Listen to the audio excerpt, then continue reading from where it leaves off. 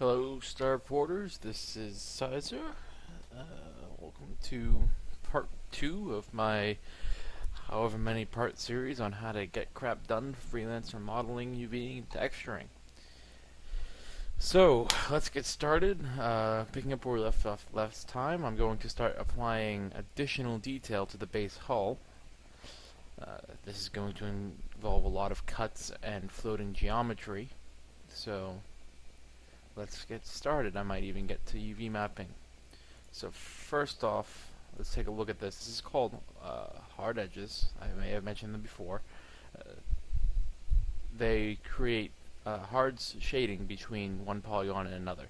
Now let's see what happens if when I smooth this edge.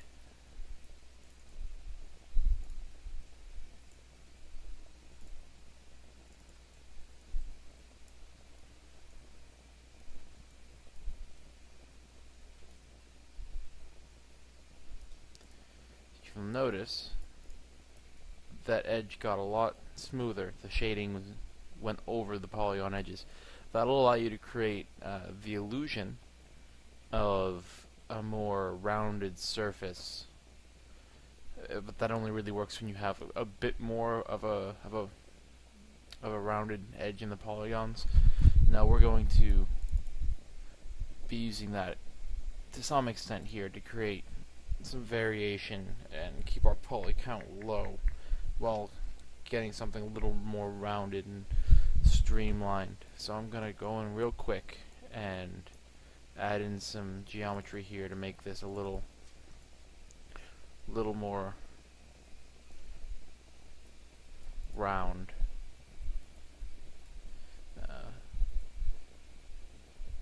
For those of you that have played the original Homeworld, the nose on this is somewhat slightly inspired by that rounded Tidani defense field frigate.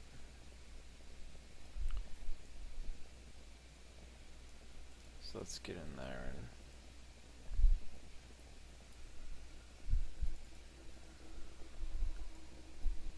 and round that off.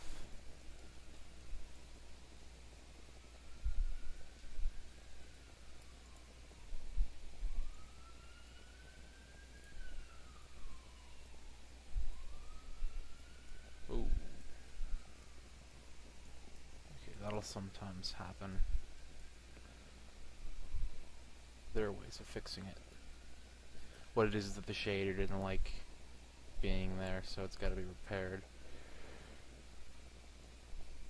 So I'm going to reduce that down to one segment and make it a little more rounded manually. Let's see here. Let's bring these out.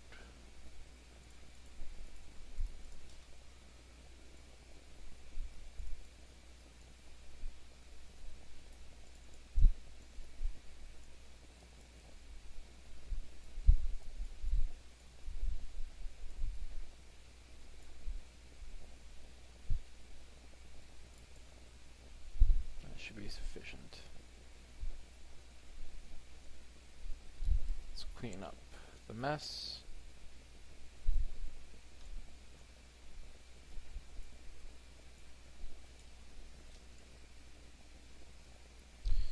Let's grab these edges here.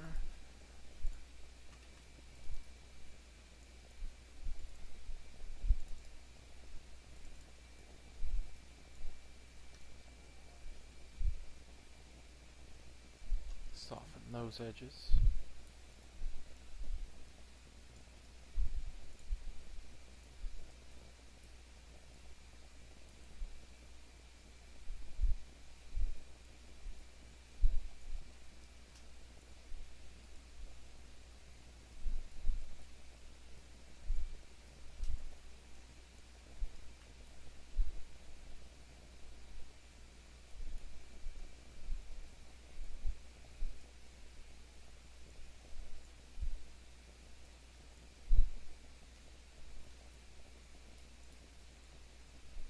And that created a bit more rounded of a surface.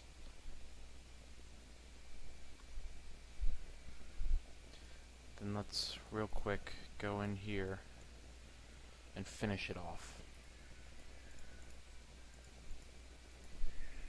So let's get rid of that. Grab these edges. And let's extrude them out.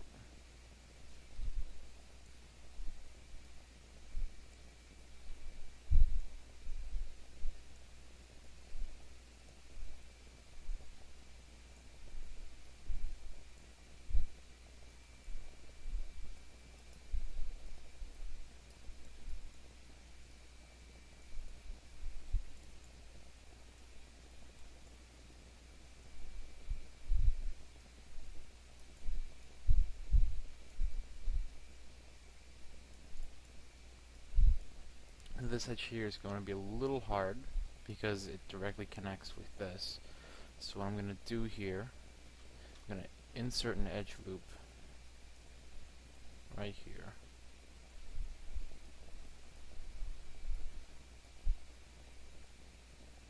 I'm going to merge this vertex up.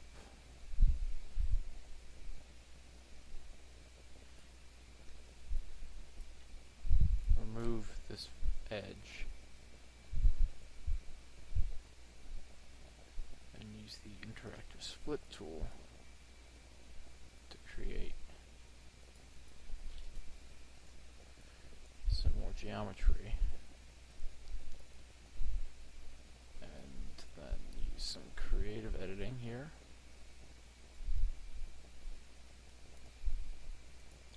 Some nice little snapping.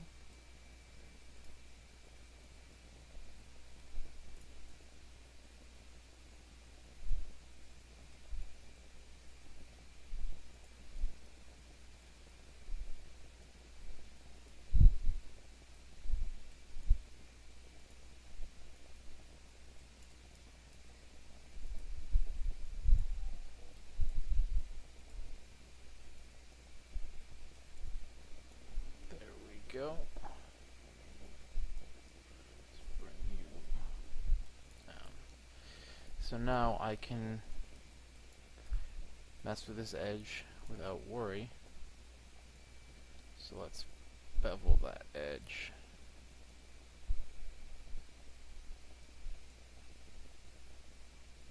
Yep. That's about what I expected. So let's get in a little deeper. Get ourselves really stuck into the crap. Now, as you'll be watching, I'm using a couple techniques to mitigate any sort of damage done by these tools. They really have no safeties. You have to kind of manage everything on your own. So whenever you use any sort of tool, any sort of modifier, always see what it has done. Vertex tool. Always check to see your damage.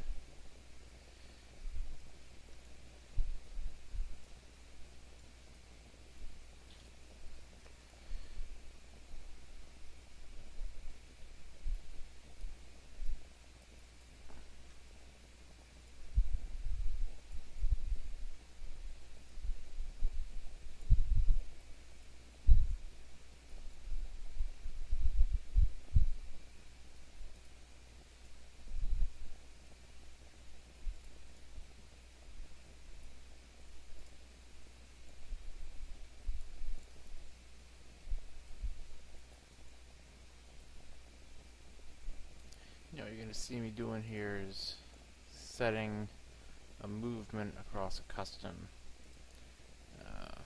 plane. I believe I did this last video. It allows me to move things in relation to other objects or other subcomponents. It will make our job a hell of a lot easier.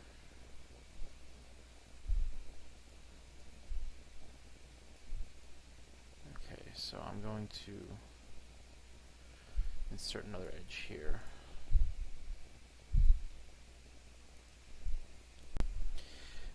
So I had forgotten that in using the trial version of Bandicam, it stops recording every 10 minutes. So you missed me finishing this off. So let's take a good look at the geometry here.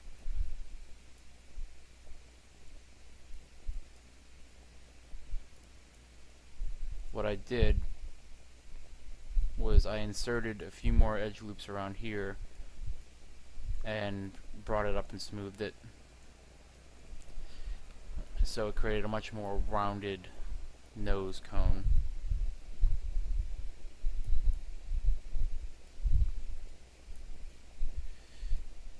Let's bring these back. Look at a more angled look. I don't think... Does that look right? Does that look right to you? In the comments, tell me if that looks right to you. I think I'm gonna add some cannons here. Alright, so as we go, let's add some more detail. So over here, let's show you guys how to insert some nice hull panel detail, keeping it relatively within poly budget. Now, so far, we have 691 faces, which is, you need to pay into the try count really, which is 1318. Double that, we've got what, 1736. So, because you got to double this over. So we've got tons of room to screw around with. So let's go in here and start inserting some edge loops. Now earlier, before I started recording, I prepared this geometry piece with a little bit different from where it was when I started, which isn't terribly important just yet. So let's deselect that, deselect that. Let's flatten this out. So what I'm going to do here is come in close and create my curve geometry. So that should, now that that's even, come on.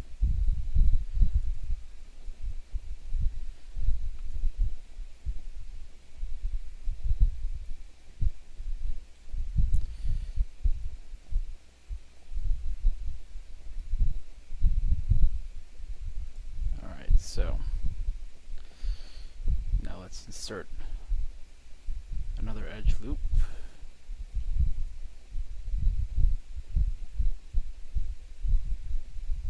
And use the slide edge loop tool.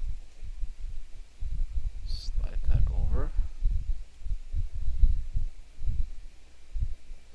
Alright, now I'm going to grab that, deselect all of that,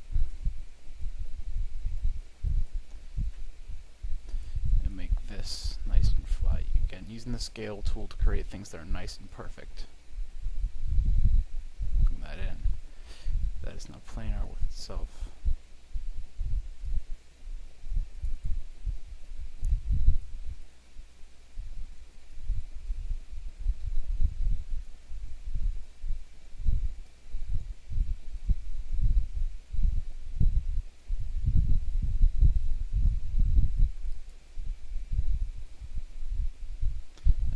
Good enough for my purposes in the moment.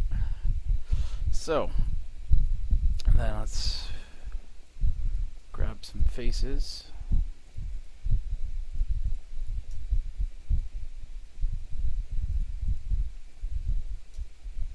Actually, that's too many. Let's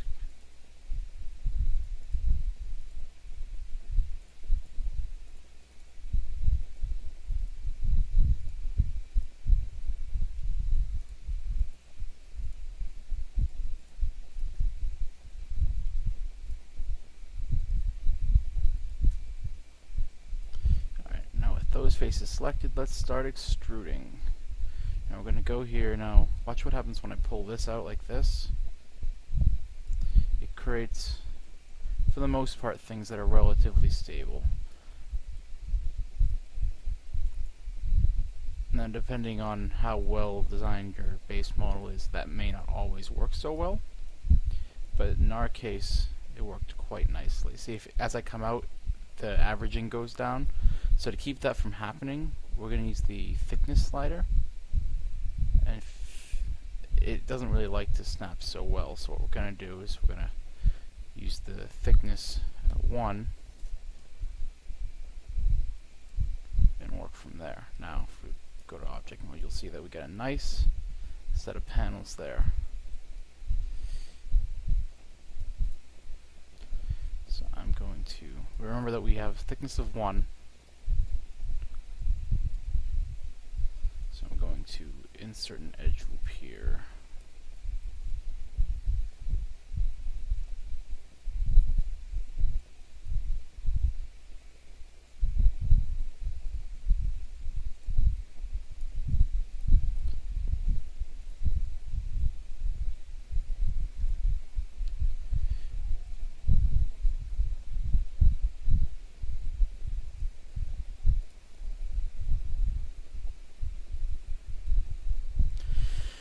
Okay, so we're going to grab all these faces, except for this one. We'll create a little special thing for that in a bit. Go here, we'll grab all that. Okay. We're going to, once again, extrude thickness of 1. Now another thing you'll notice is that it doesn't always move the same rate. Thickness of 2 is more like it. And remember, once again, delete all the geometry created on the inside of the model. We don't want it. We don't need it.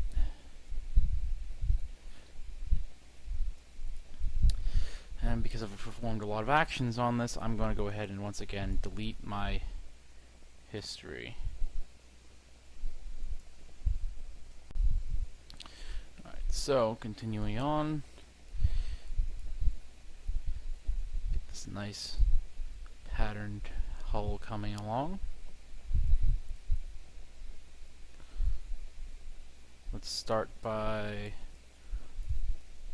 we can afford, I'm going to spend a little bit of my poly budget on making these edges a little bit rounded and beveled, because straight up hard edges don't always look good.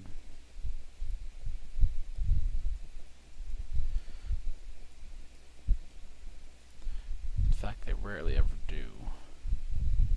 So let's get that worked in.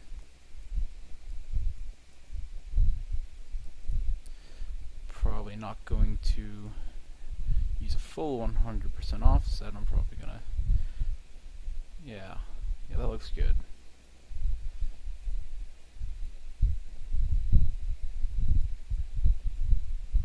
I think I'm gonna keep it simple here. Yeah, see, that looks better.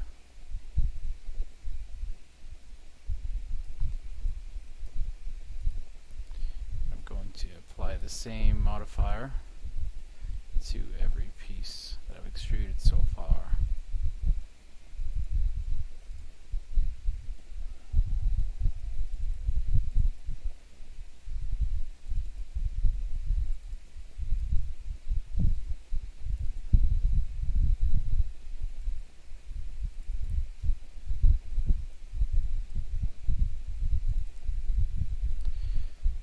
Bevel, nice, it kept it. Alright, so we'll notice that some of these bevels don't always like aligning properly, especially along inside curves, so we're going to go and snap this forward, and that should be fine. You may want to also grab this and snap it. Slowly just turn it back.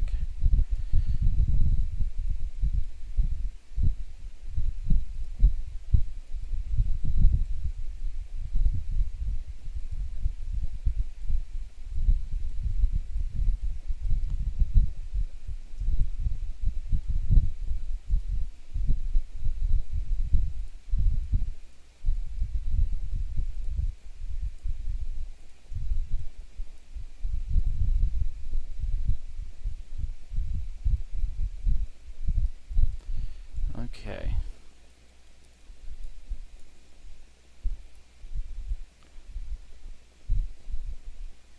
Now that that's in place, I think what I'm going to do here is I'm going to play around a bit here. Let's grab these vertices and these vertices. Make sure I've got nothing else selected. I'm going to make this angle conform a bit to the hull better. So let's go back to the world movement and then bring these up.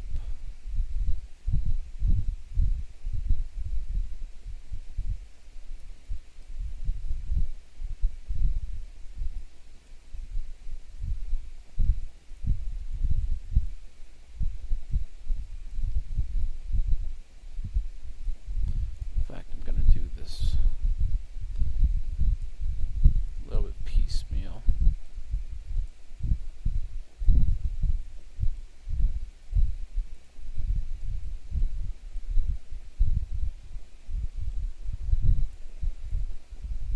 So that creates a nice following corner.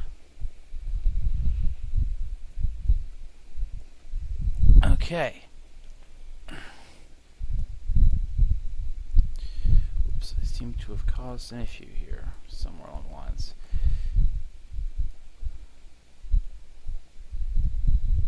That's better. Probably when I was inserting those edge loops. Alright. So, now that we've got the beginnings of some hull paneling, let's go in and add some window bays. Now, these tend to be pretty simple. We're going to go in, grab these faces. We're going to first extrude them in just a little bit. We're going to extrude them in based off of the world, because you don't want that going down. Because see, if I'd done this, they would have went inwards, and we want them coming straight in, creating banks that have been slid inwards. And then what we want to do is we're going to insert some edge loops.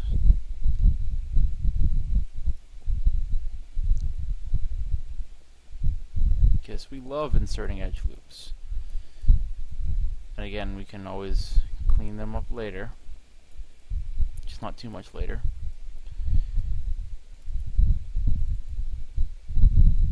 Go ahead and deselect all of that.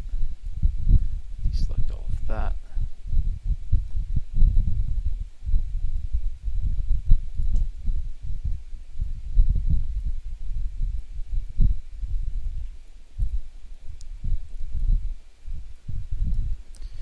We're going to bevel. Not quite so much, though that's a little heavy. So polybevel 2. Nope. It's going to be polybevel 3. Okay. And now we're going to grab these faces. Now these are already somewhat split up, so I'm going to do some quick cuts.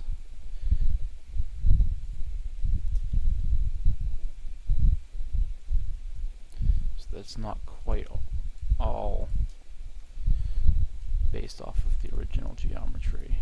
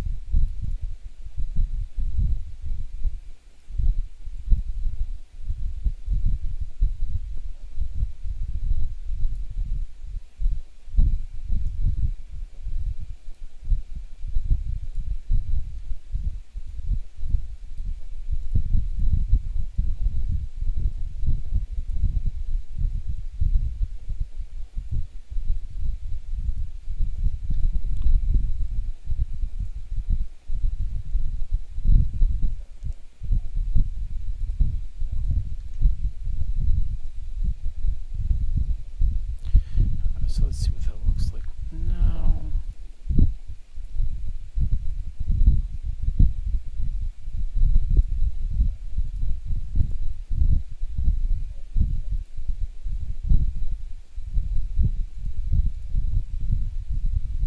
That more than suffices. Alright, so let's once again extrude to the world, bring those in. So now we've got window banks. Now I don't like to put many in. I much prefer to keep those numbers low because I personally strive towards a more armored aesthetic. Especially with this one I'm doing, I feel like it's very platey and not very windowy.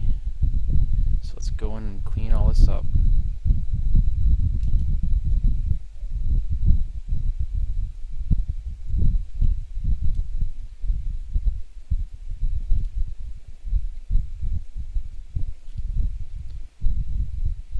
Now, see, normally you have music or Hulu or YouTube to keep you distracted while you're working on all this stuff, but because I'm doing all this for you lovely people, I only have my own company. I should grab some of my buddies and turn this into like a sitcom or just a general vlog or some crap like that while I'm going. Keep me sane. Talk about my experiences. Lost a ship in Eve today. It wasn't fun. I feel terrible too. I lost it doing one of the most stupid easy things. I was running a mission and I stopped paying attention for a second and I got nosed the heck out. And I was running before you yell at me, I was running a passive buffer Drake, just doing some missioning. And I was running a little close to my buffer and got caught in the middle of a frigate spawn. Before I knew it, I was completely nosed out. My tank was gone, and before I could warp out, I popped. It was not a pleasant experience. And again, due partially to my own negligence, so I'm not too put out about it. It's just, I'm not terribly too into Eve. I play it occasionally. I'll re-up every so often, play a month, go do other things. So it's always a little bit disappointing because I don't have a steady cash flow when I lose a ship. Always disappointing. So, now that that's cleaned up, we got our window bank in place.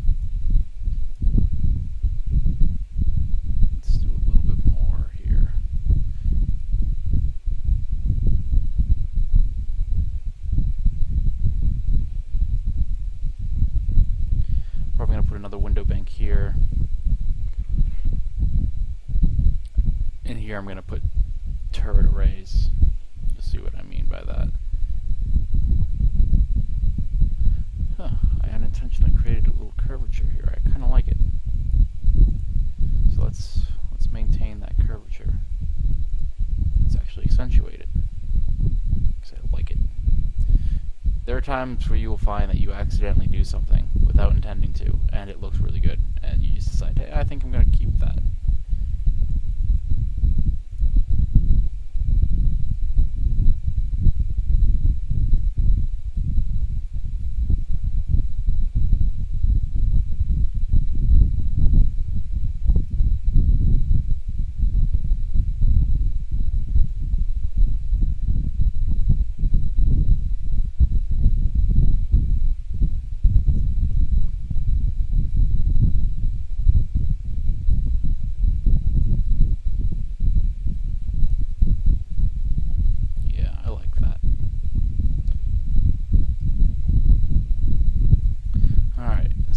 Again, going into object mode to get a quick steal. Now, let's see.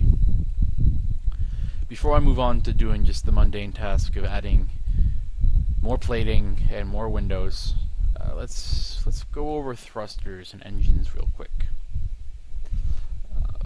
So let's Save again. And let's drop in ourselves a cylinder. Cylinder is the beginning of all engines. So this is a 20-sided cylinder. Now I'm going to tell you right off the bat that in both 3ds Max and Maya, cylinders come in at around, I believe, 20 or 18 edges. Way too much for our purposes.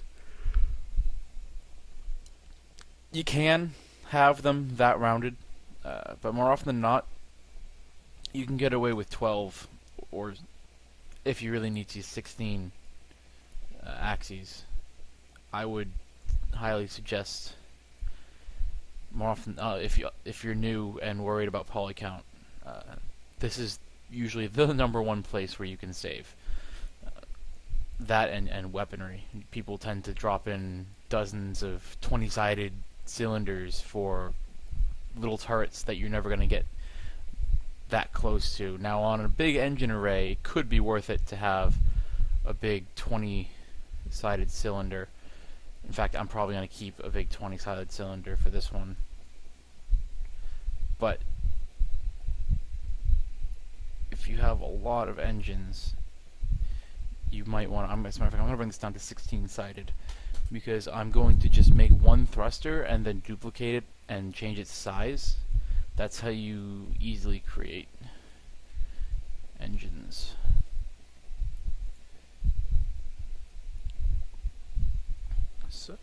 So let's see here. Let's get rid of this set of faces because we don't want it like that. Grab those edges, extrude in. Then extrude again. I'm going to just create pretty basic set of thrusters right now.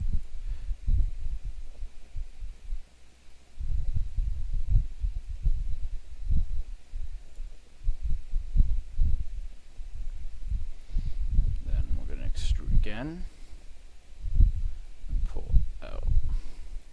See, that's one of the problems. Oh, there we go. Extrude out. You got to make sure you have the right axis selected.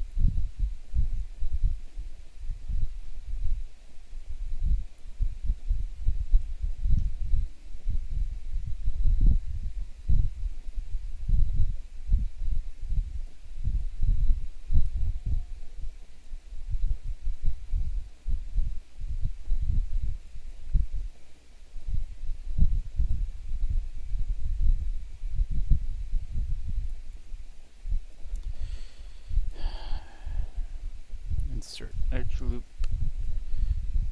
You can create your dish that way. There are many ways to do it. This is one of the ways I like to do it. You can create your dish nice and smooth.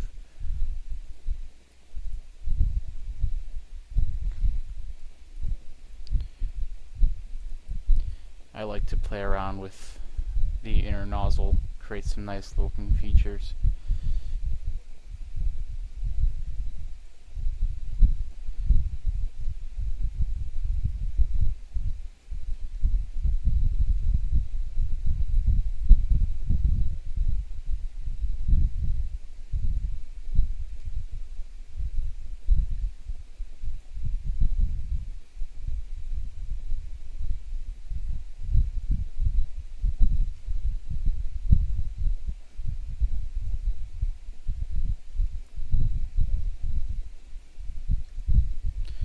this always be seen?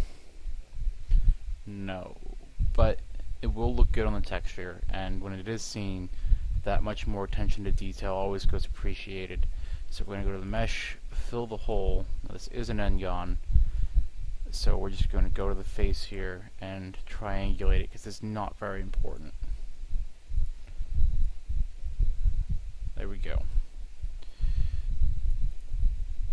Now it's a very basic nozzle. You can go in and make it more detailed by dropping in some more edge loops. And then grabbing all the faces and going in. We can make this very complicated. I can, drop in edge loops here and here and create all sorts of paneling. But I'm not really gonna for this. So anyways, now what we do is we grab this, Command D, you bring it over, and let's scale it down a little bit. Let's make one that fits over here. Let's bring that in. Let's make one that easily fits over here, and use that as the standard sub-engine size.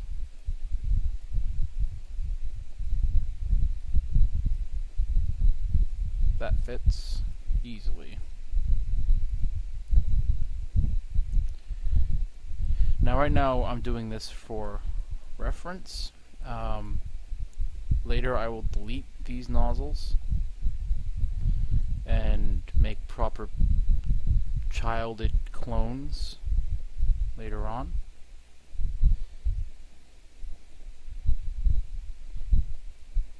In fact, let's make these a little smaller. A little smaller.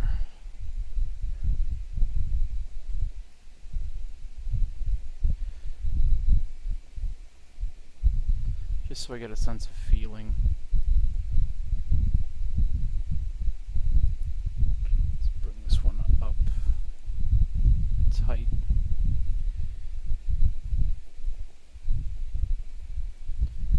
That one can come there.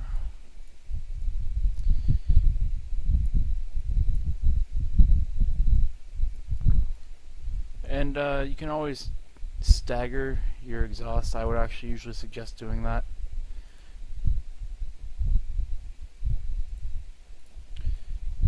It just makes it look better if you follow an angle inwards.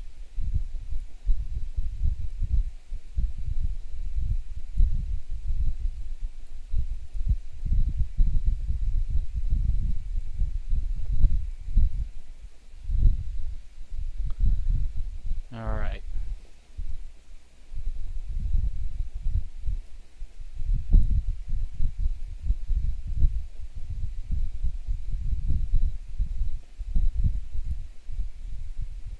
So that's thrusters, that's engines. There are many ways to do them.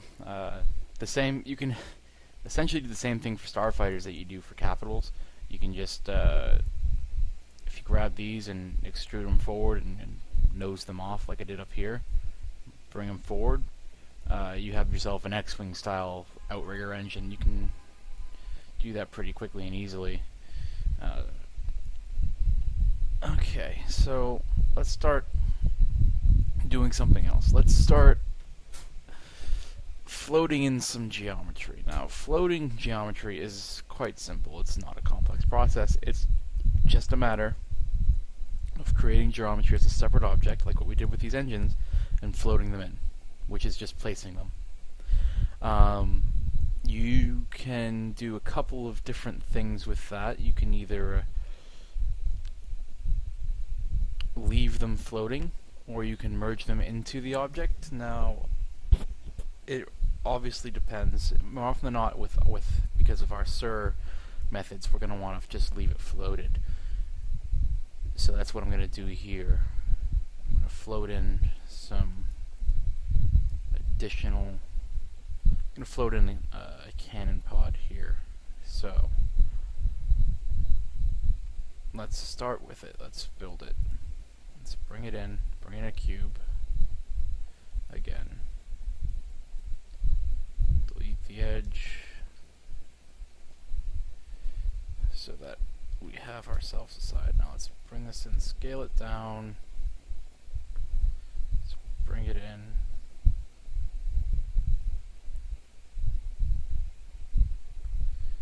Okay.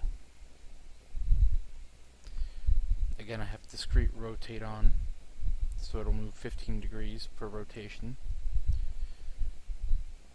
Unless I told it to use a different set of degrees. Okay. It's often good to go into the transparency mode. So now I'm going to grab these vertices, snap them down to align with that, and grab these vertices and do the same.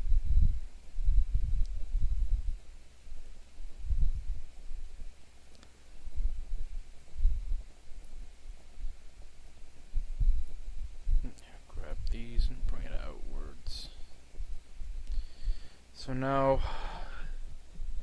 I think I'm going to start building the structure here. Let's bring this face back.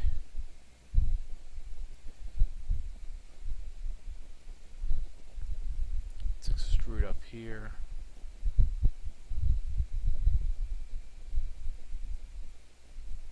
Okay, good. I did think that far ahead.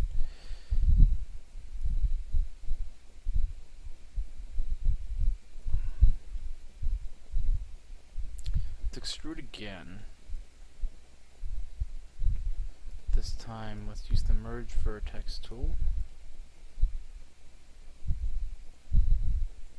Bring that down there. Bring that down there. Make sure to delete these faces. I'm going to bring these vertices. Also, with the selection mode, if you select a selection mode on top of another object, it will switch to that object as well as keeping the one you had selected previous as a primary. Let's see how it looks like without. Okay. Very cool. Very cool. I'm gonna go here, drag that down a little bit. Very good. Very good.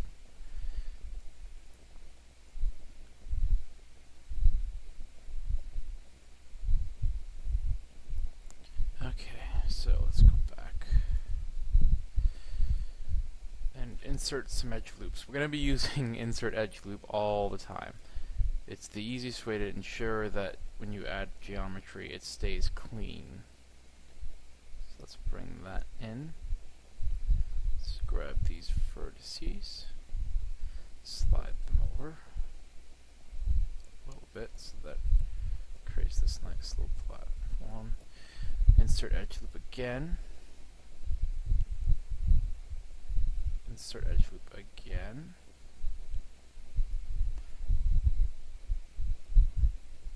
We're going to want to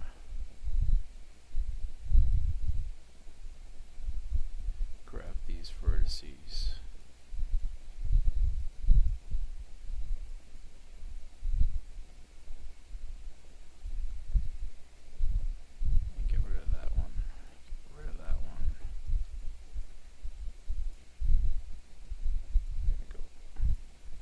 Is a problem.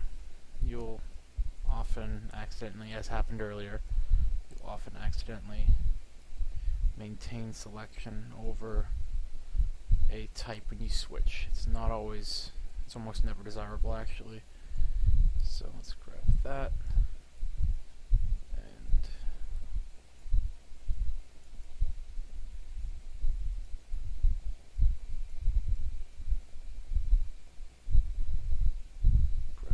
that.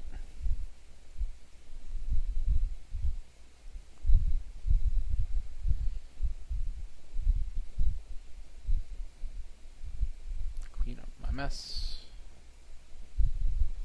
Always clean up your mess.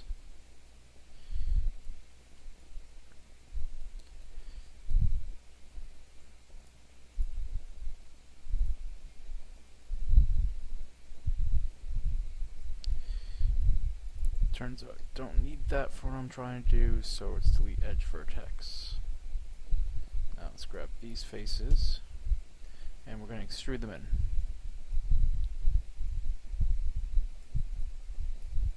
Now that is creating a lot of geometry on the inside that we don't need, but that's okay. We can clean it up later, make it smaller. And honestly, when you're floating a little bit in, as long as it stays fine on the outside, you don't really have to worry that much. But I'm still going to go in and clean it up some. So right now I'm going to grab and insert edge loop. I'm going to move that in here. Then I'm going to move that here so that I can get rid of all of this geometry.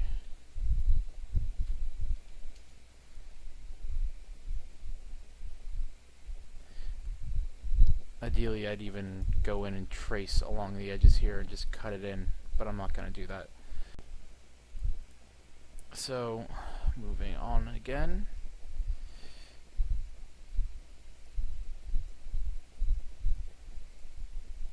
Let's see if I can actually go in and... Yes, I can. Okay. Good for me.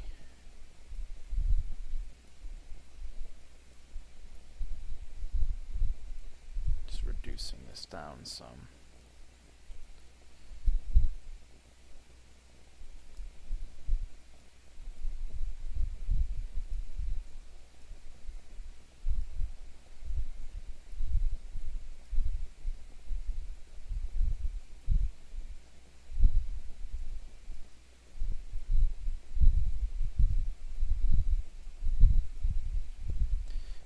Reducing this down, but we're gonna go back up and make it high poly again with some more editing.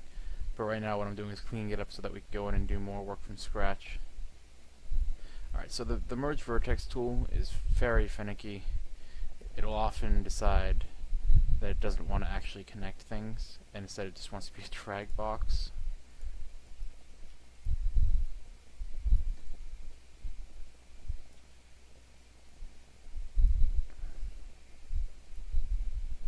Sometimes you just have to go in and get it from another angle. It's really weird like that. It's one of the many awesome things about Maya. All of the bugs.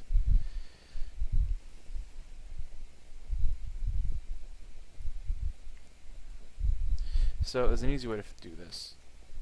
Grab it, snap it, merge. Done.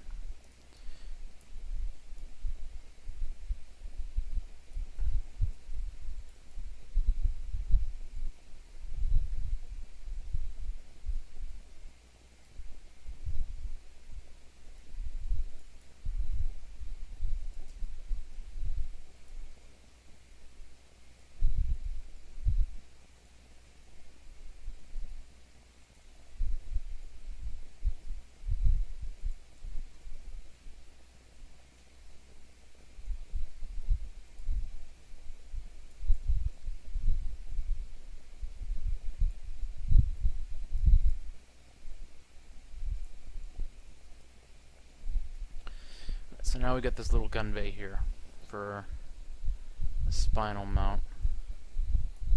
Let's go in and grab this set of edges. Deselect all that.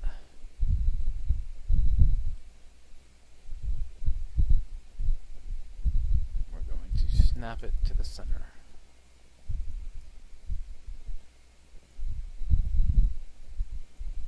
Actually, no, we're not.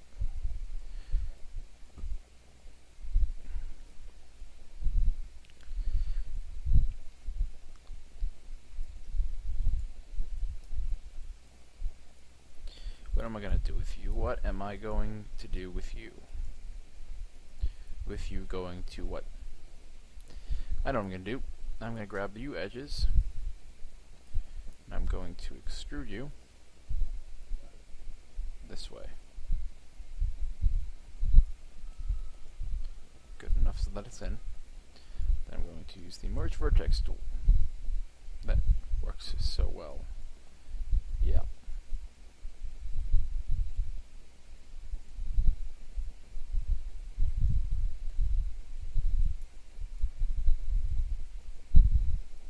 There we go.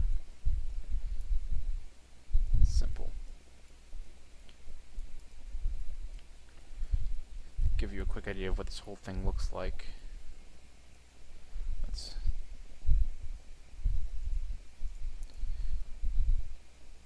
take a D and scale.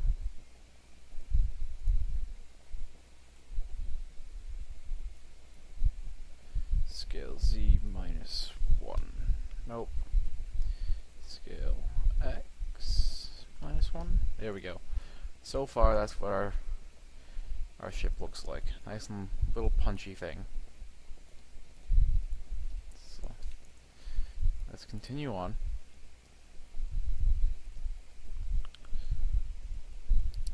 I can't think of any more basic detailing things, so I'm gonna go ahead and just bang this out off camera and then come to it once it's much more complex and we can start with UV mapping. So I will be back in a moment. Okay, so I'm gonna call it. I feel this is sufficiently detailed for my purposes. It should create some nice occlusion.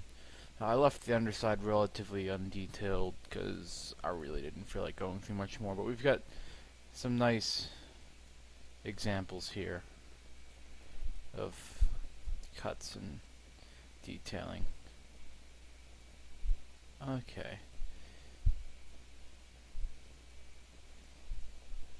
So, now on to the lovely, lovely realm of the unwrap map. UV unwrapping. Now, as I've said elsewhere, there are two ways you can go about this. You can go about automatically mapping things and not caring too much about projections as long as there's not any sort of stretching, and use tiled textures. That works to an extent. You can make things look okay with that, but you will never ever ever be able to accomplish the kind of detail and beauty you can do with painted texture, where you have all the UVs laid out. And in some games they support what's called vertex color data, where the model will store color information on the vertices. That will allow you to store certain maps that'll make it look better, like an ambient occlusion map. Now, Freelancer does not support vertex data, so you have to bake ambient occlusion directly into a texture. And if you use tiled textures, you cannot do that, and you lose so much quality.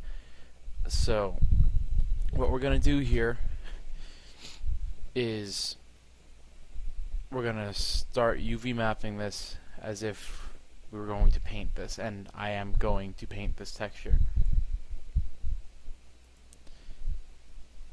Alright, so in Maya, the process is fairly similar to the process in 3ds Max.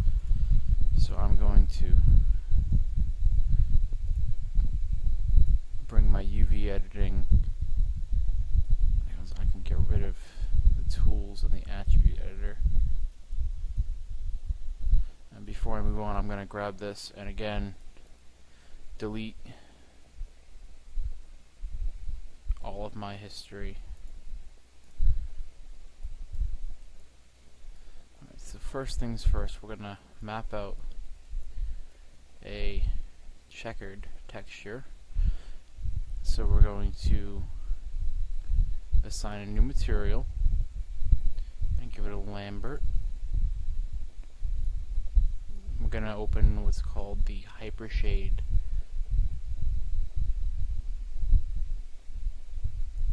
window, which contains all of our shaders. And shaders are nodes from which an object gains all of its texture-based and lighting-based features. So we're going to create, we're going to clean it up a little bit. There's a bunch of Lamberts here, which is a type of texture. We're going to get rid of all the Lamberts. We're going to make a new Lambert. Also, never ever ever edit Lambert 1 in Maya. It is the base Lambert It is the shader from which all things inherit features and properties. So we're going to create a separate Lambert. We're going to give it a color map of checker. And we're going to call this UV texture. And we're going to grab this. I'm going to assign it to it. And we can close the hypershade window. Woo! It's all over the place. None of these coordinates match up. So, the idea is that the entire ship, when I'm done, will have the checkers laid out to be exactly the same size. No distortion. Now, normally I use 2 monitors for this work. It makes my life so much easier, but for the sake of recording, I'm going to have this window here.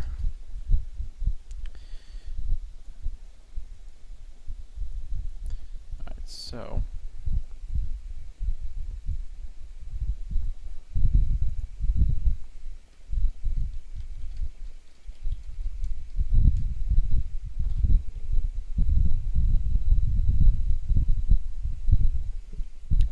So, let's start with the largest part. I'm going to get the main body done out. So, let's go in real quick. Just start grabbing faces.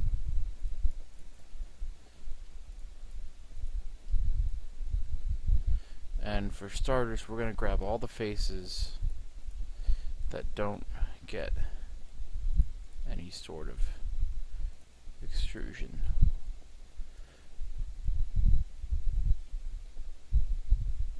Okay, so we're going to grab all that.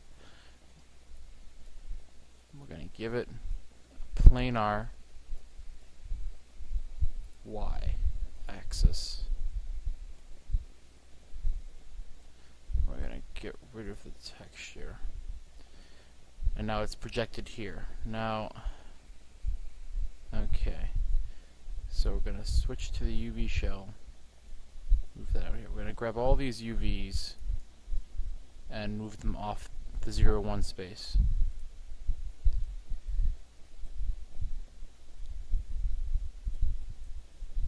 Now,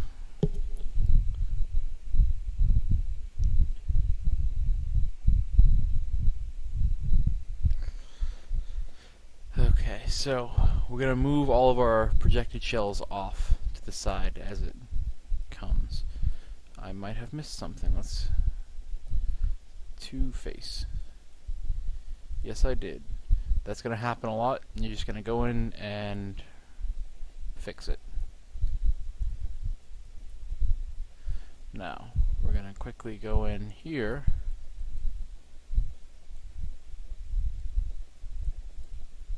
We're going to grab that. Now, one thing to know is that as often as possible, we want to create straight lines in our unwrapping.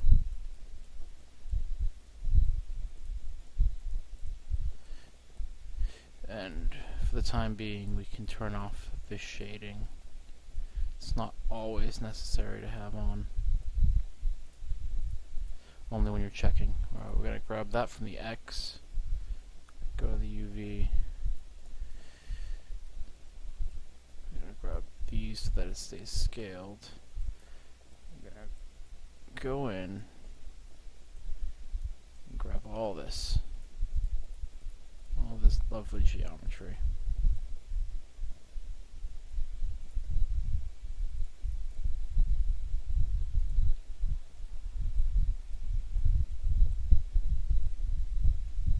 Okay. Again, this is an exceptionally tedious job. As a matter of fact, I'm going to go in here and clean this up a bit first. There's a lot of geometry in here and I can probably reduce it. Oh yeah, this can definitely get reduced a lot. There's even some dirty stuff in here. So let's merge fat to there.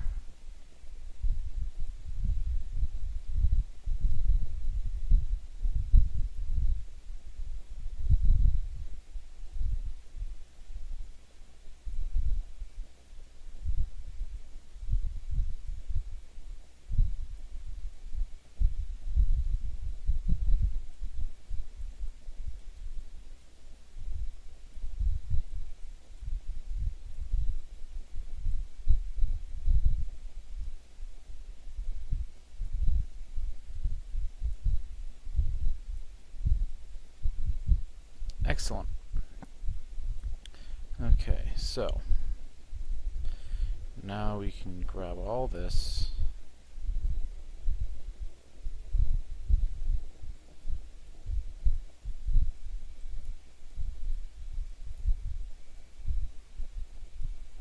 Isn't this fun, guys? Just wheeling and moving everything around and grabbing all these annoying little bits. I can tell you, hours I spend UV mapping things, probably taken years off of my life. It is a tedious and thankless job, but it is a necessary job. I've even come to slightly enjoy it. It is putting together a puzzle, and that is somewhat, I guess, enjoyable to a certain degree.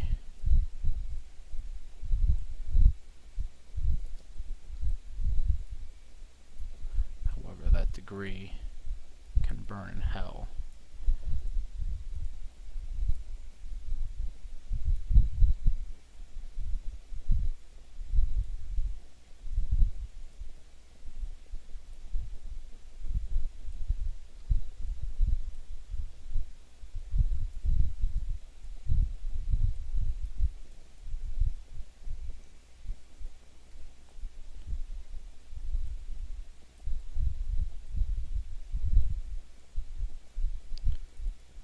Use these tools.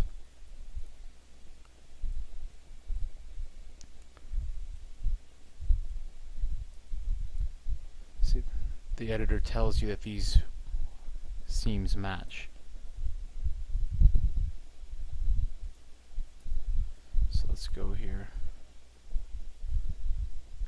All these faces here. And again, reproject because I didn't grab these and these. Let's project that along the X. Again, this part of it requires a basic understanding of X, Y, and Z, and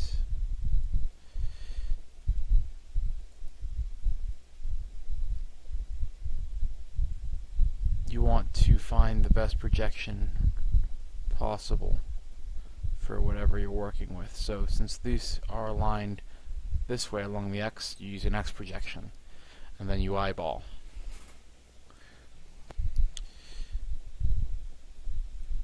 And so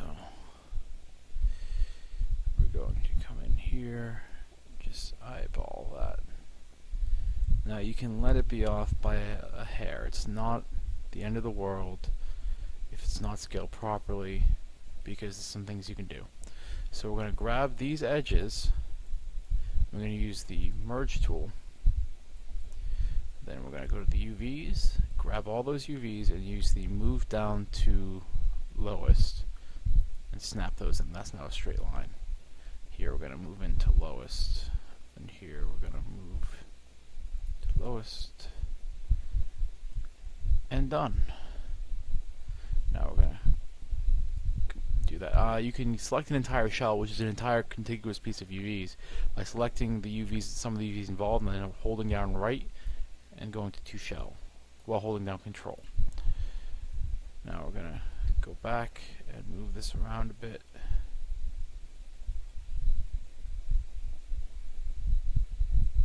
Okay, that's close enough.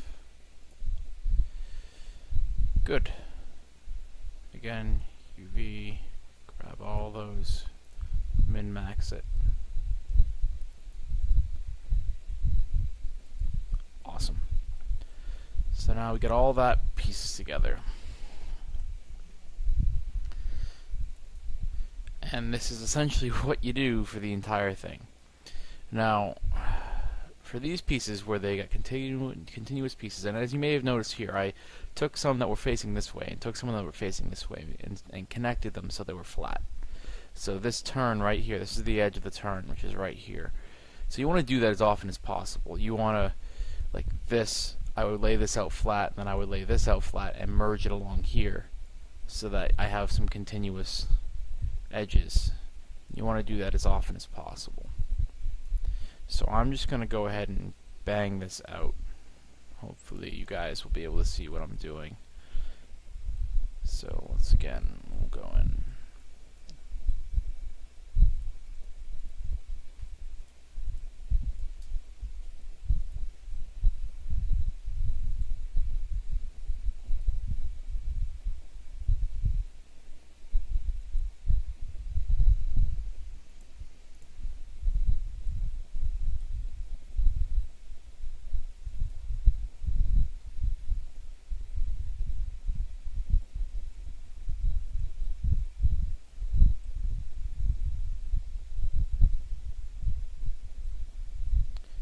Again, match the size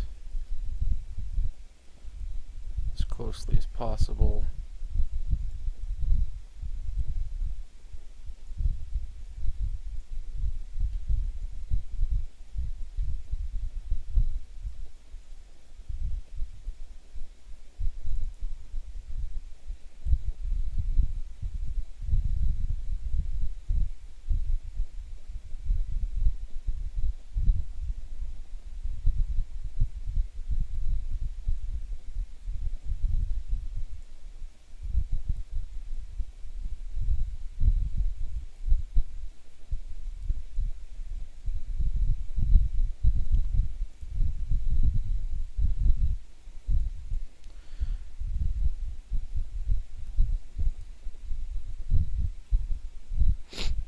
Okay.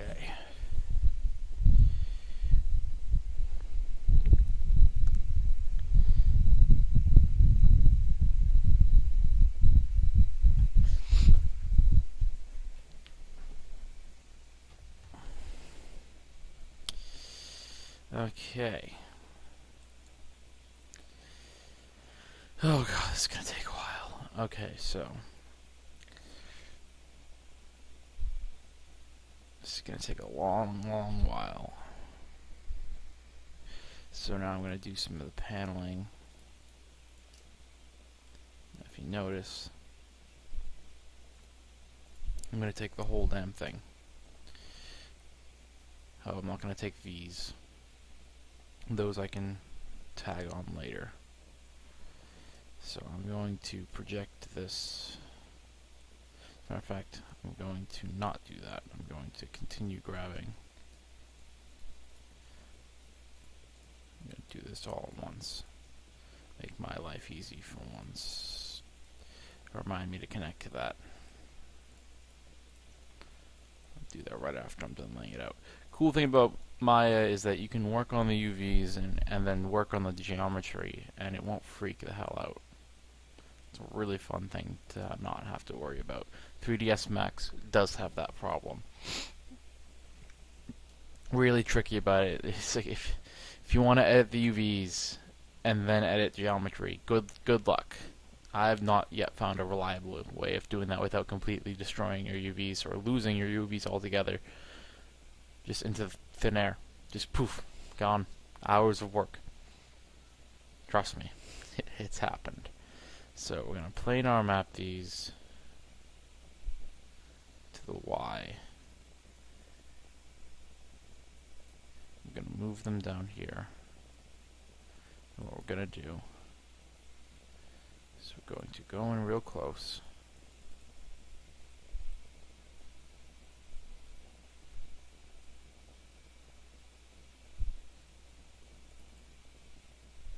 I'm going to grab this UV, this UV, that UV, and that UV. Then we're going to expand the UV selection out. We're going to bring those forward.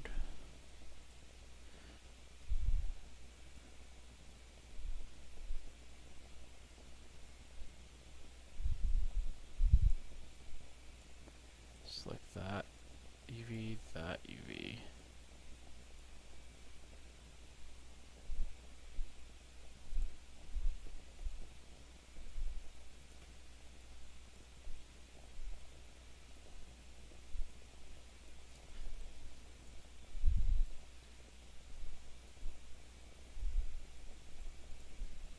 That's better.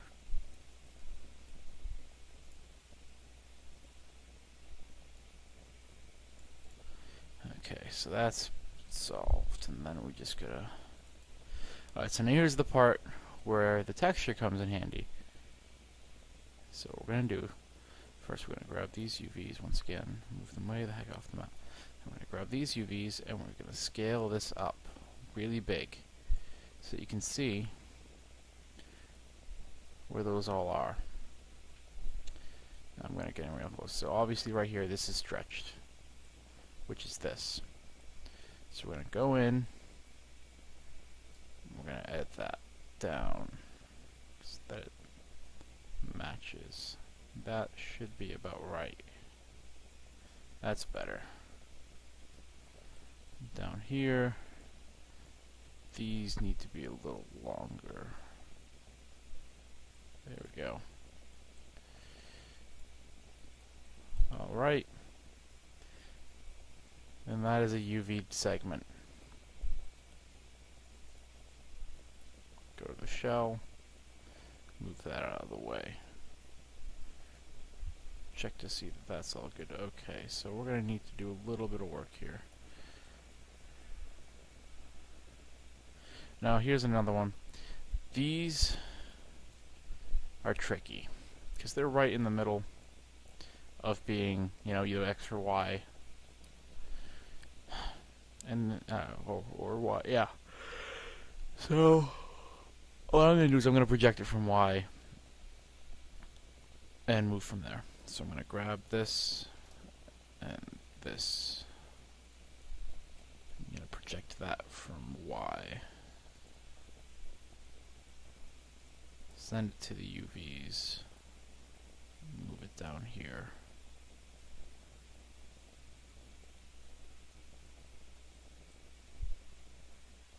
Alright, so it was up here. There it is. So now this one's going to be a little finicky.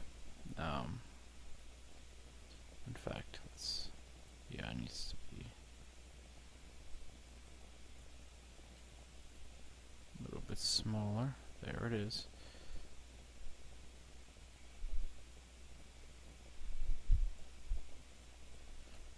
Alright, I forgot to do this. That needs to happen. Interactive split tool.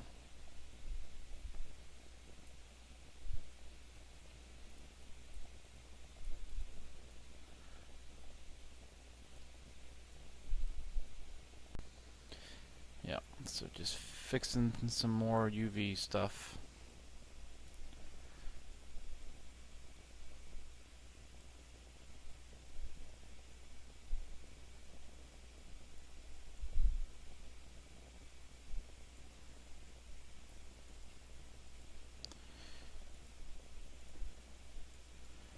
Alright, now that should be good enough.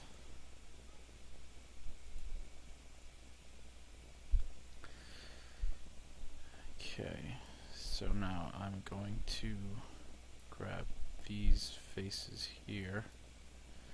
I'm going to project them along the X.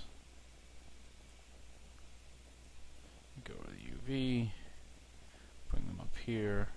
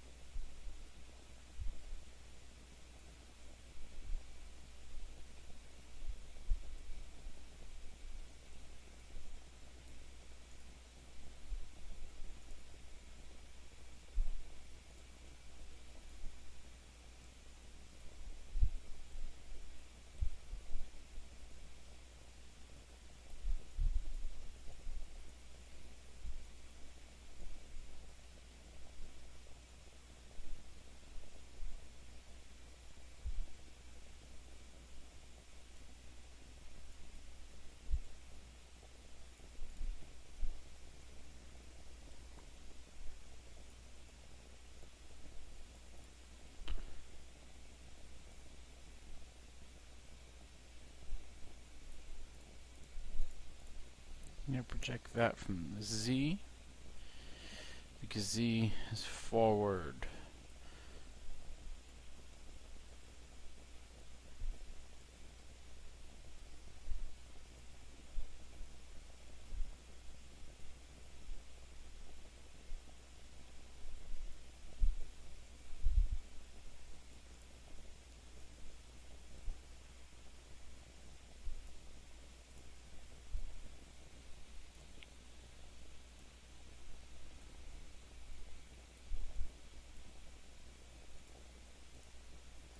Alright. There we go.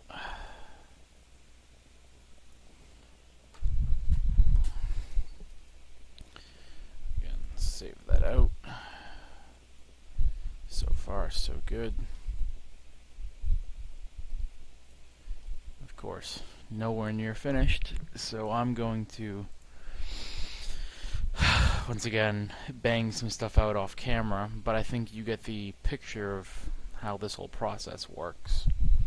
You grab faces, you project them, you line them up, you merge them, and then you get them all into the shells that make sense. And then once I'm finished building as many shells as I think is necessary, I'm going to show you how to pack them all into the UV space for maximum efficiency. And then we'll get to texturing, which I think I'll make into a second video, but I might upload them at the same time. Largely depends on how I feel. It's late and I'm tired, so we'll see what happens. I may not even record this in one sitting. I may just stop and go. I'm rambling now, so I'm going to get to work. Well, I'm back. I've completely UV'd our spaceship. I've broken it down into 3 subcomponent maps. You've got the more detailed stuff, the main map, then a map containing the engines, and some of the extra details. You tend to break them down based upon convenience. Sometimes you break them down beforehand if you got a really complex model, and then sometimes you can break them down mid UVing if you know you're going to run out of resolution space. For this ship, I plan on having 2 1024s and a 512 map. I may reduce those to 2 512s and a 128 map. Depends on what you're going for. If you are working on a high quality mod with high resolution textures, 2 1024s and a 512 will be what I will demonstrate. And it's as simple as dropping the resolution down in your image editor once you've finished. We're going to make these textures in very, very high resolution. I'm going to start out in 2048 for all textures. That will allow us to add tons of detail to the texture and then reduce. So let's get started. First step is to go ahead and export the UVs. So I'm going to first quickly clean up the model, delete the history for everything. Okay, I'm going to assign each section. Hold on, I'm going to tie these together. I'll do that later. But I'm going to name this body and give it a... By the way, you can see that the resolution is about the same everywhere. You can apply a checker pattern texture in just about any modeling editor, and that's a really good way of maintaining it. Now, there's UV standard ones and different programs that use numbers and lots of color coding. The basic checker pattern is really all you do need just to get scale and placement. Let's see. Body, detail, and the other ones we'll worry about later. But let's give this a new material. I'm going to be using a blend because blends allow specularity, and we're going to be using specular maps. So that's the body. Yep.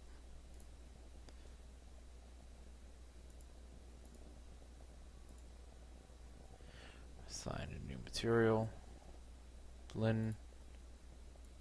Details. I'm going to grab everything, deselect those.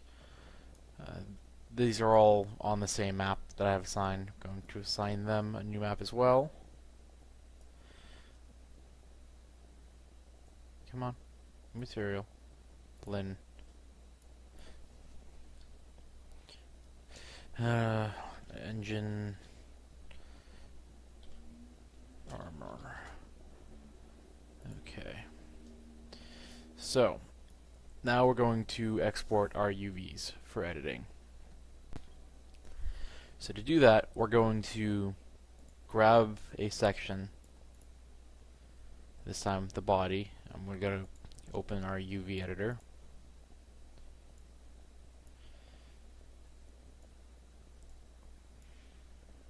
And we're going to go to face selection mode, grab all the UVs, go to polygons and UV snapshot.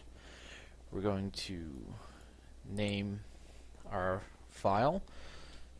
This is the body UVs. Again, 2048 by 2048. I'm going to use a Maya IFF. It's a decent format. You can export to any format you feel like. I'm going to use Maya IFF. So I'm all set. Anti-alias the lines. I'm not going to be using my UVs as references. I'm going to be doing something else for that. So they're just there to show me where everything is. I'm not using them for guides. So I'm going to allow that to anti-alias. Alright, that one's put out. We'll grab this one. Do the same thing. Call this one detail UV. Send it out.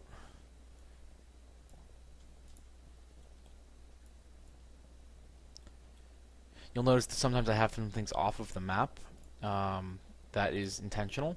I will move them into place later as tiled over a place on a texture I will place, because they're usually very fine detail, very small polygons on the edges of things, and you don't have to paint them. You can just throw them all over something and it'll look fine. So I'm going to just export these UVs.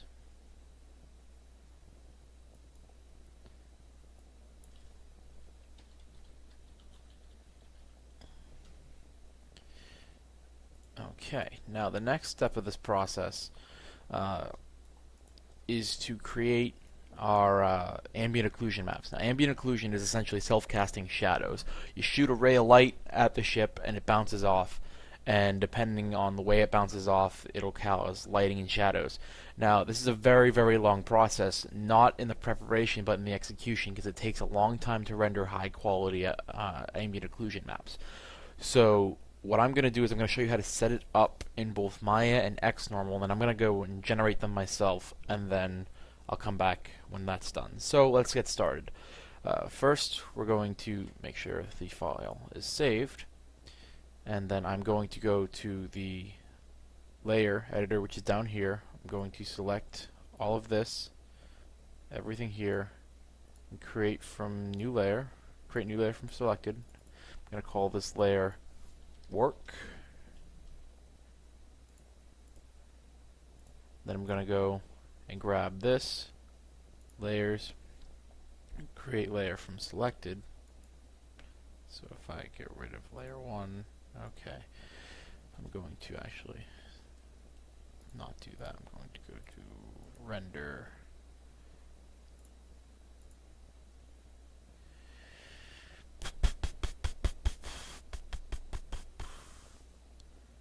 Okay, I'm going to duplicate this layer if I can. Let's make a duplicate of all that, and then layers, create a layer from selected. Layer 1, AO. If I make that visible, okay, so we're going to turn off the work layer, and we're going to go to the AO layer, and we're going to select it all, render, layers. We're going to make a new render layer.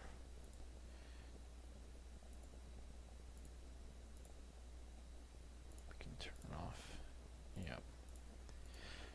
And then we're going to go to overrides, Create new override. Trying to remember where I do this because I haven't done this in quite some time in Maya. So if you will bear with me. Ah, yes. Attributes. There we go. Alright, we go to the layer attributes. Presets. Occlusion. Alright, so that's going to look, it's going to turn that all black. Go to layers.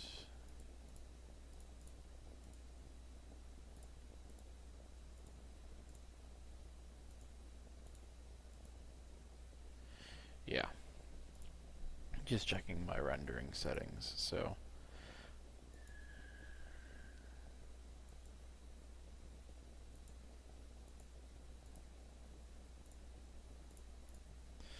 alright, so now we're going to get an attribute editor for the layer.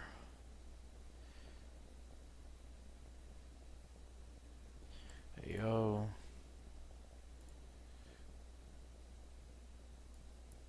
Surface shader. This is our AO shader. We're going to go here, increase our samples. So that's fine. Bring the spread down. Alright, we're going to see what happens here. I'm going to render this by going to rendering, lighting, shading, batch bake.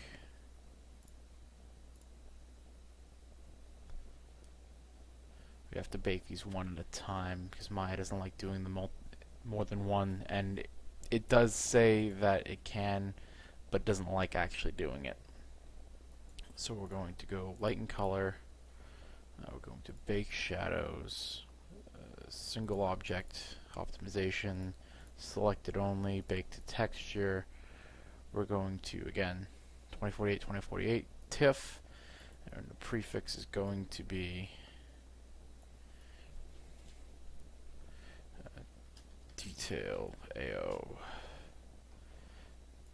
I'm going to leave it with one sample, final gather quality of 0. Okay, so I'm going to, that's how you set it up there. If you can follow me screwing around trying to remember where everything is. So I'm going to then show you how to do this in XNormal. So it would output to your images directory or whatever directory you told it to, and then that would give you your AO outputs. And you just do that for each set of pieces. Now, because I have a multi-part model, we're going to export each major part as an FBX file so that we can throw it into XNormal. So we're going to turn that off, turn that on, render.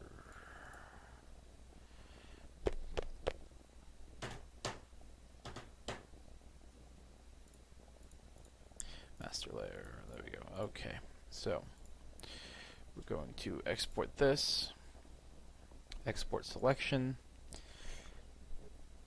FBX. I'm going to create a new folder for this.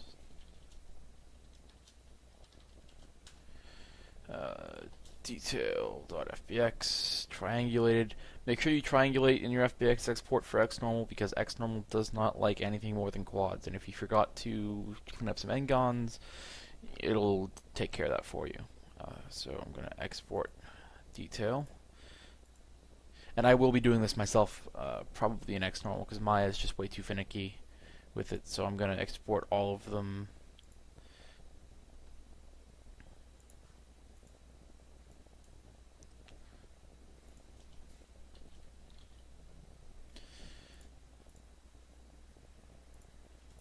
And for this, I gotta merge those all into one.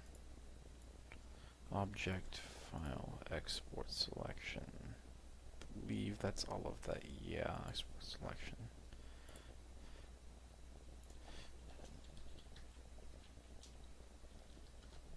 Okay.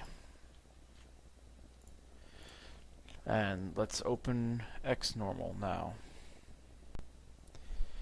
Alright, so again, shots of my ever ever lovely and clean desktop.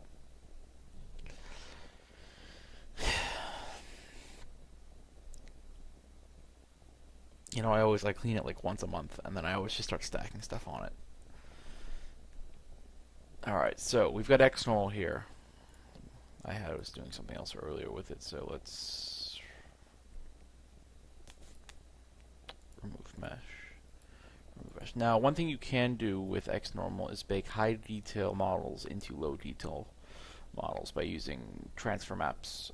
So that's why there's two slots here for high and low definition. For our purposes, we're going to be putting the same model into the same slot.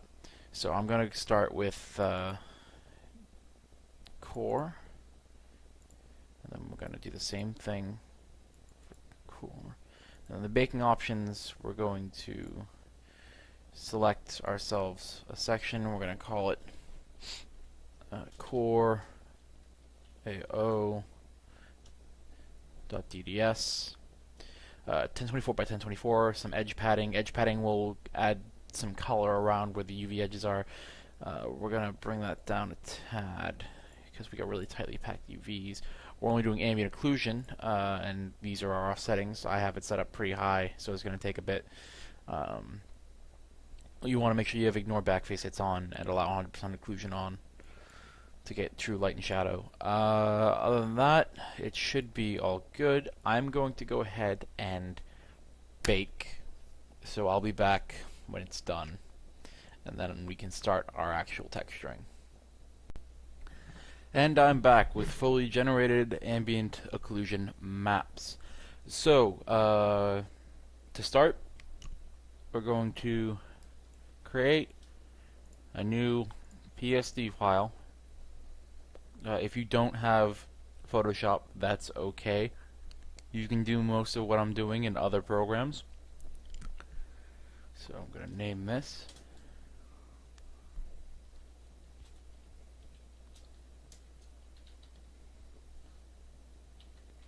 (2048, 2048). 72 pixels per inch is standard for anything we're going to be doing.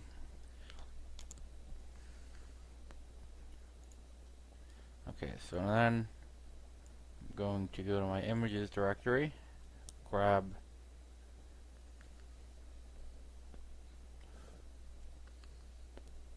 my body UVs.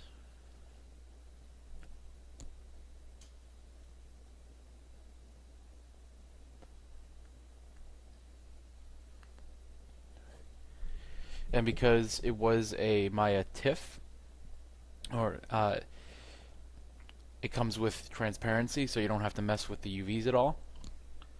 Then I'm gonna go grab the output. See, I don't remember where it is.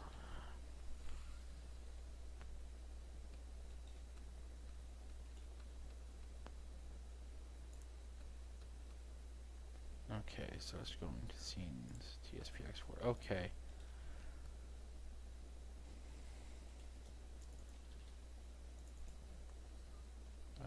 Okay. Alright, so this is an ambient occlusion map. Pardon me if I mumble now and again, I am smoking a pipe. So, what this does is you have your shading here. So, right now it looks kind of washed out, but that's intentional. Now what we're going to do here is quickly, normally you'd have to create it. I have a base map set prepared in another project, so I'm going to go grab those.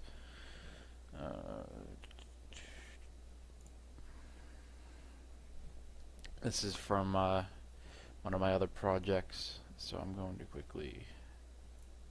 Alright, so this is my base rig. Then add some...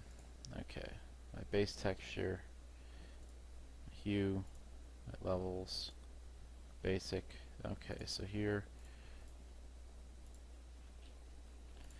is the basic texture. Now it's in 1024 by 1024 apparently. So I'm going to bring this up here, square it off, and just... You can do this for anything really. I used a metal texture to start with.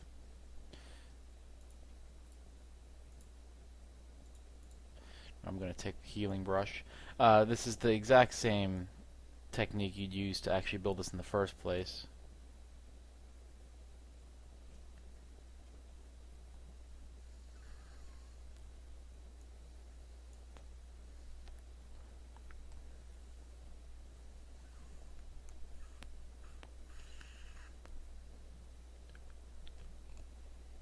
Okay, I'm going to use the clone stamp tool.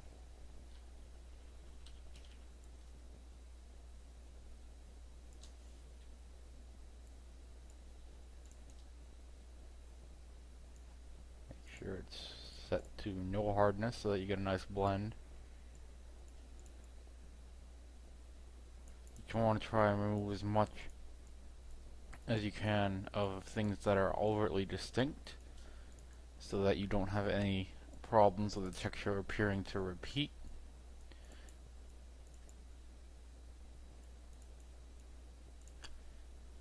Because every part of everything in real life is unique, even in very minor ways, even if it looks identical. So you want to create as much base asymmetry as possible.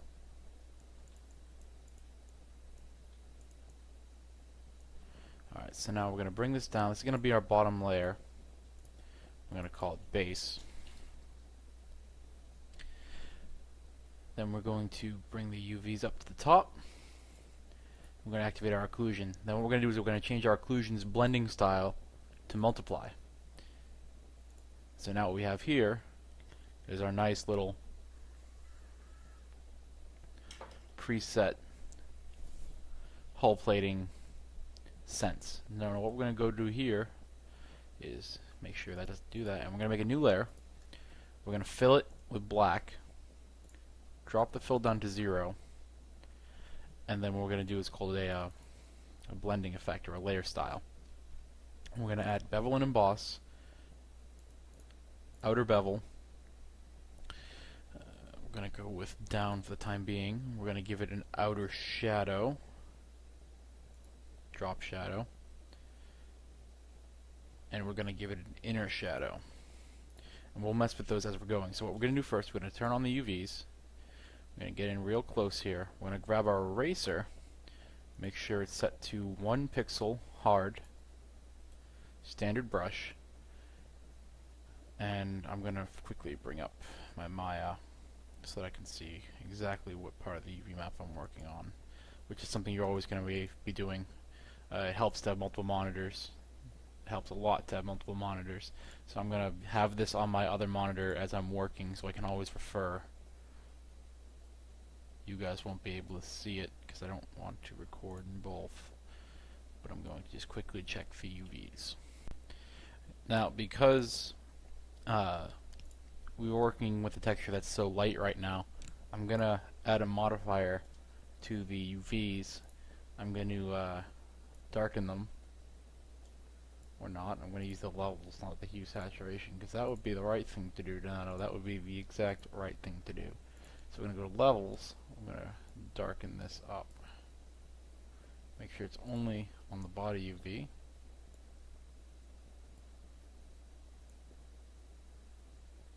Strengthen it up. There we go. Could also inverted them. That would have been the smart thing to do. But I want to be able to come back to it later.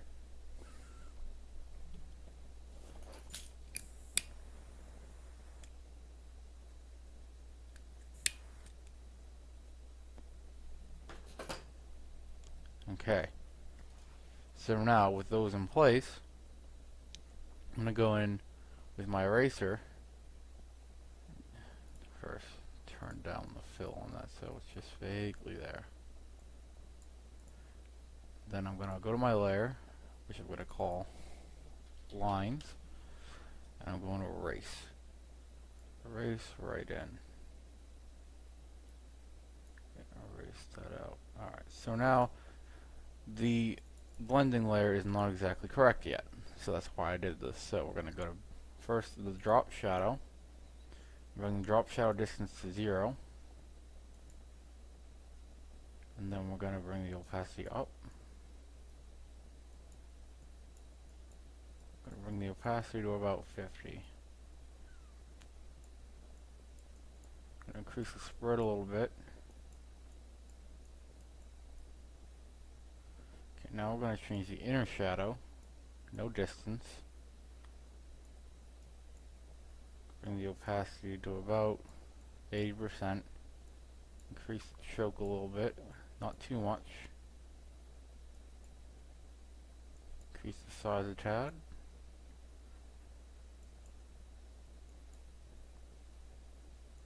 Choke up a little bit more. There we go.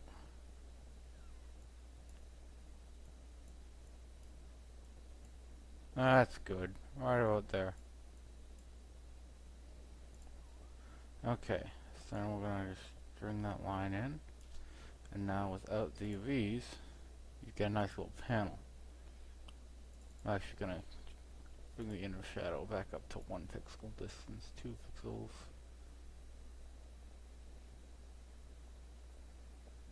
That's really good. Alright, so I'm going to drag this down.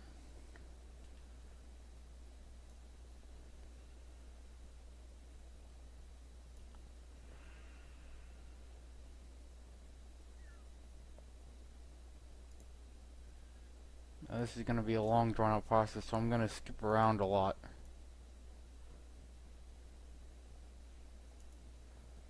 It does take a lot of patience. It does take a lot of time.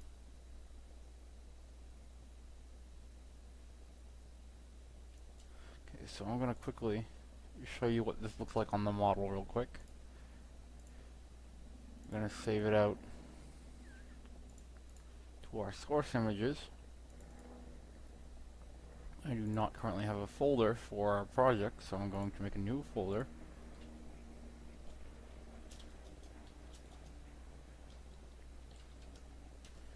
I'm going to call this TSP Core PSD. And I'm going to save a DDS version. Gotta wait for it to finish. Now, one thing I will say, never ever ever use PSDs while you're working in your program. 3ds Max and Maya can both support PSDs as image formats. It's not a good idea. They're massive, and they don't always work right. So we're going to export as a DDS because that's the final product we're going to be looking at. Now, for Photoshop, you need to install the exporter. The settings we're going to be using is DXT1. Generate MIPS. It'll warn you that all alpha will be lost, and that's perfectly fine. Once that's finished, we can go into Maya, grab the attribute for the preset, go to the shader, go to color, file, and point it at the correct file. Now I'm going to go here, turn off non-selected shading, and now close. That's the basic of what it looks like. So you get a nice little hull panel.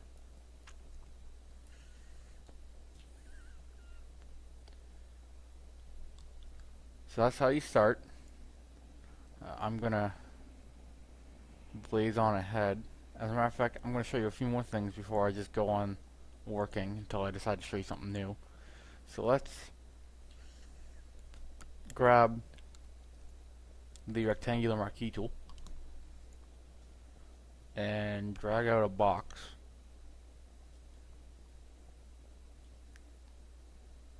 Place it roughly square, and you're gonna hit delete. Alright, so first you're gonna notice that our bevel is currently facing up.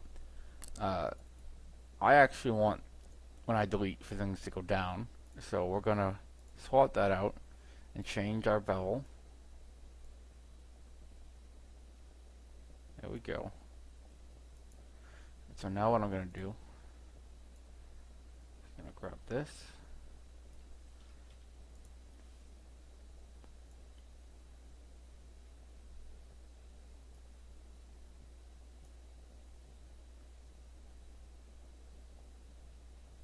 You can use Alt to remove sections. 7 pixels.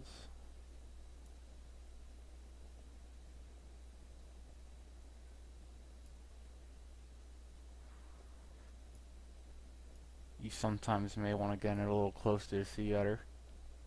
And then I'm going to hit Alt Delete, and that will fill in what I've removed. So that's an easy way to make paneling. And now that section is selectable, and that will come in handy later when I show you some nice little things. So let's see, let's adjust this one more time. I'm still not liking the shadow. Bring the opacity down, the choke up, the size up.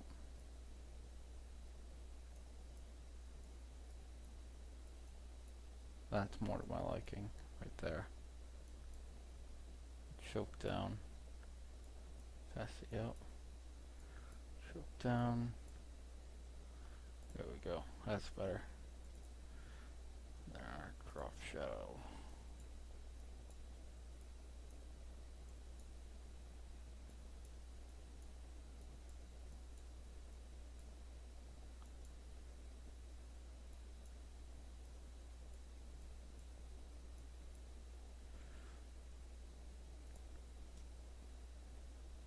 Depth up for the bevel and emboss. Bring the size down to 2, maybe 1 pixels.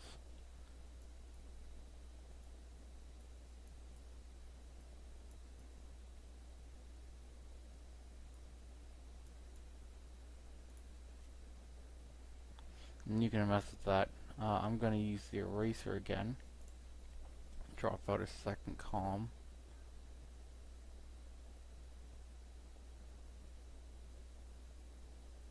Creates a little bit more depth. I'm going to actually make a 2 pixel brush. That'll give me some shading.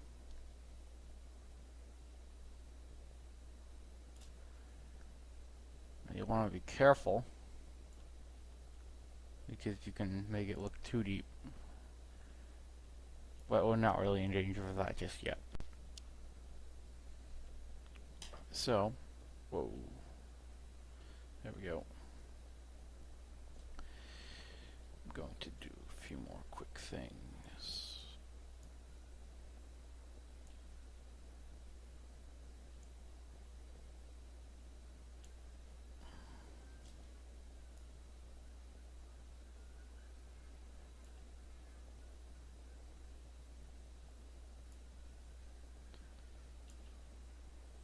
Now, I'm just eyeballing a lot of this. There's times where I will go in and measure it pixel for pixel and drop a ruler in. You don't always have to, especially if you're pretty decent at eyeballing things. It's not that big of a deal. Okay, so I'm gonna go in. Alright. So that's the basic, so that's how you start getting a texture to look good. You need to use your ambient occlusion and use that as a multiplying layer.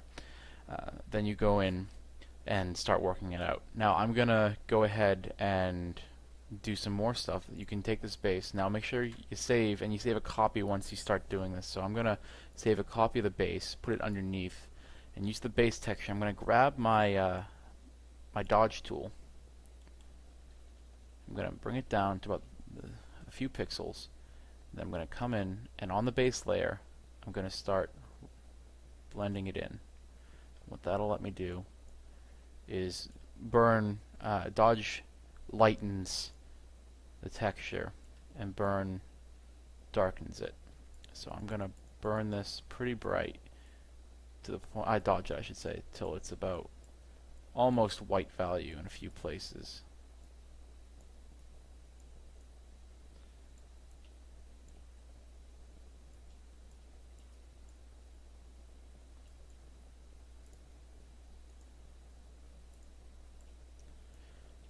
That'll allow me to give a sense of worn texture and add to the bevel.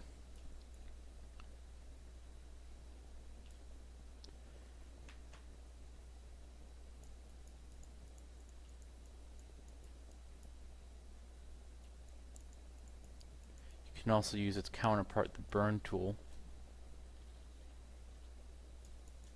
to add dark corners.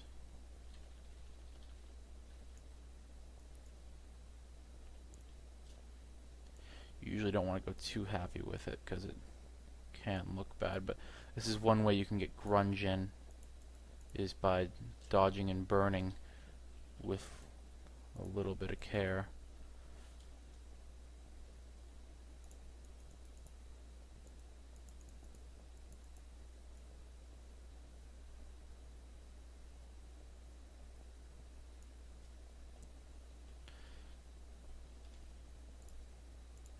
So you can see the difference. It's minor, but when it comes to texturing, every little detail counts.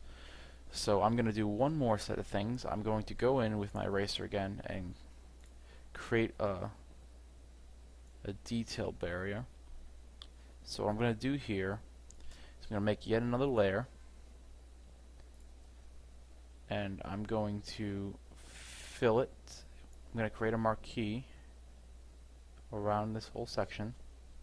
I'm going to pick, we'll use Liberty Livery, so we're going to use a blue, a dark blue, and I'm going to fill it here. I'm going to call this our blue section. We've got to make sure it's under the line so it takes the texture. And you want it under your occlusion. And then what we're going to do is we're going to grab our blue, we're going to grab our dodge tool. We're just going to lighten, actually we're going to bring it down to 1 pixel. We're going to just lighten the edge. Lighten that edge right up. And I'm gonna make it so it's varied in intensity. There's gonna be a base intensity, but then it'll get a little brighter at parts and brighter in the corner. You can see how much that adds.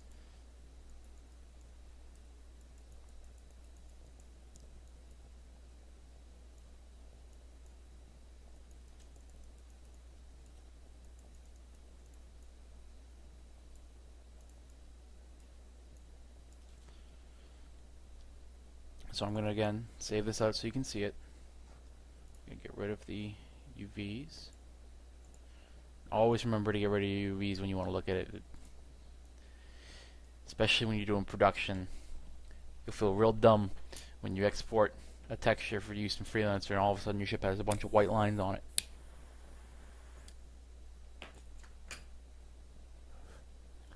So let's bring up Maya again. And let's reload our texture. It's probably still exporting. There we go. Now go look at that. Look at how nice that looks.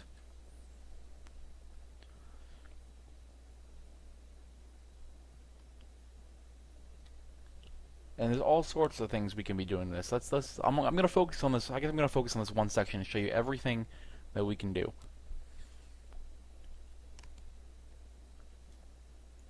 Alright, so I'm going to go to Photoshop again. I'm going to make another layer. Then I'm going to go over to my, let's see, did I use it in this one? No, I didn't. So I'm going to quickly open another file. I have a bunch of these laying around.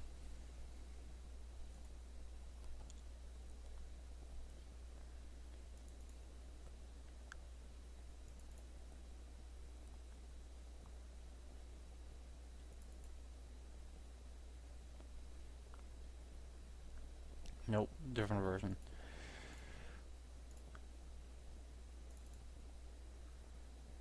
Okay, this one does work. So I'm going to go here, not in this one. Open. It's gonna be in the look for. Yep.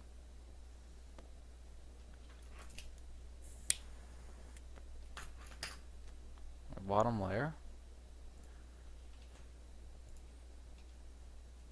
Alright, this is a greeble texture that I built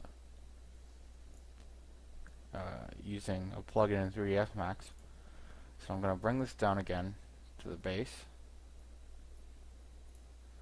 I'm going to make it multiply. I'm going to drop its opacity down. So I'm going to keep it the same. And what I'm going to do is under the base, I'm going to put that layer. And then here's the fun part.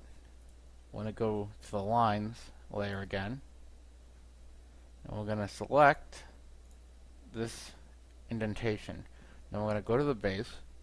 We're going to delete.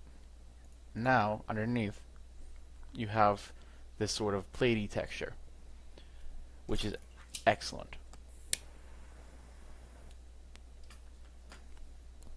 And you can go so far as to make glowy bits in it that'll show up in your light map, and that'll make that really pop. So I'm gonna again save this out. Let's see, what else should I do here? Let's add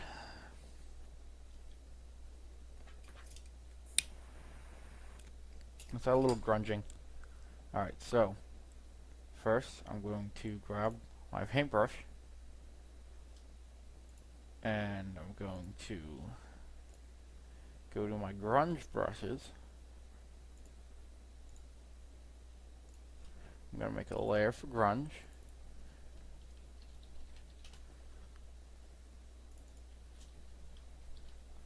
Always name your layers, ladies and gentlemen. It'll help you keep track.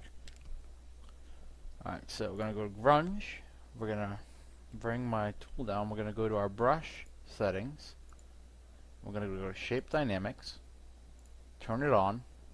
Mess with our jitter. And this will make sure that our brush maintains its random. Alright, we're going to go to black and white. I'm going to reduce it a bit more. We're going to just drag that down. Just like that. Alright, then we're going to grab our blur tool, bring it down some, and we're going to blur that out. Then we're going to grab, we need our smudge tool for this. That's what we need. I'm going to grab our sponge tool. We're going to smudge that out. Smudge that out. Don't get too carried away with it though. As you notice, it's a very consuming tool. It takes a lot of power. I'll bring that up along the edge.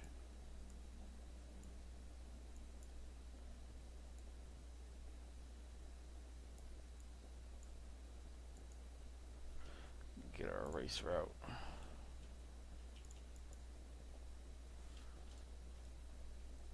Alright, so now that I have that demonstration, I'm gonna drop the fill down.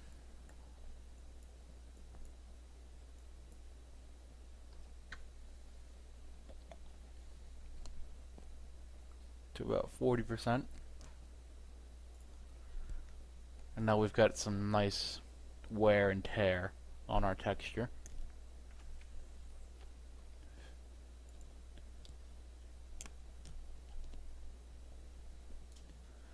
And that's pretty much your basics for creating a good looking texture.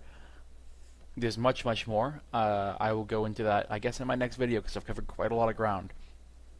So, just to review, if I remember correctly, because it's been like a week since I recorded the first half of this. I got really busy. So, if I remember correctly, we went over UV layouts, exporting UVs, creating ambient occlusion, using ambient occlusion to create realistic looking textures, using imagery to make realistic base textures. You can go on the internet. I left that part out. But you can go on Google and search, say, a metal texture, and then you can use what you find there and blend it into something a bit more generic,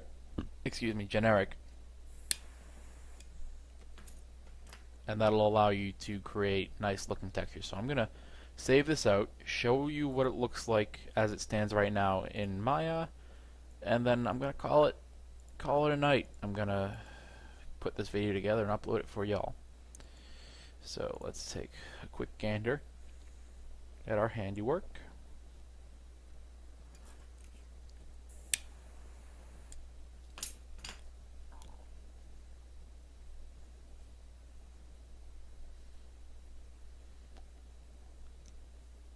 Alright, let's go look.